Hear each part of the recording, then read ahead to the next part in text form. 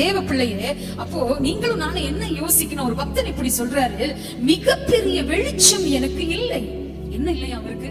பெரிய வெளிச்சம் என் வாழ்க்கையில இல்ல. ரெண்டாவது, முன்னேறி செல்ல பாதையும் எனக்கு இல்லை. கடந்து விடுவேனோ தெரியவில்லை. இத கடந்து போயிருவனா தெரியல.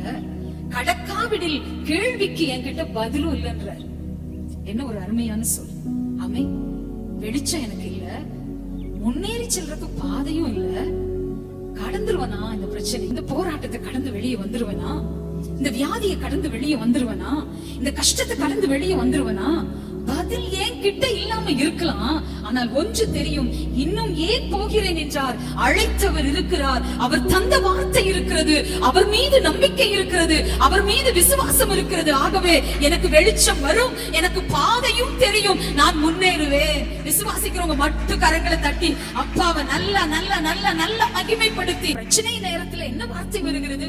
வெளிச்சம் இல்ல, பாதை இல்ல, கடந்துருவன்ற நம்பிக்கை இல்ல. ஆனாலும் மற்றவங்க யாராவது என்கிட்ட கேட்டாங்கன்னா என்கிட்ட சொல்றதுக்கு என்ன இல்ல, பதிலும் இல்ல.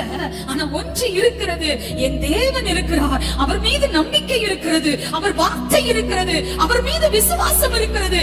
கண்டிப்பா இதை கடந்து போவேன், ஜெயித்து காட்டுவேன், வாழ்ந்து காட்டுவேன்.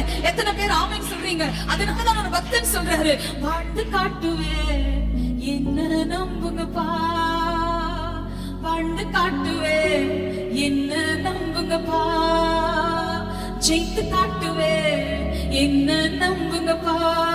விசுவாசிக்கிறீங்களா தேவ பிள்ளையே?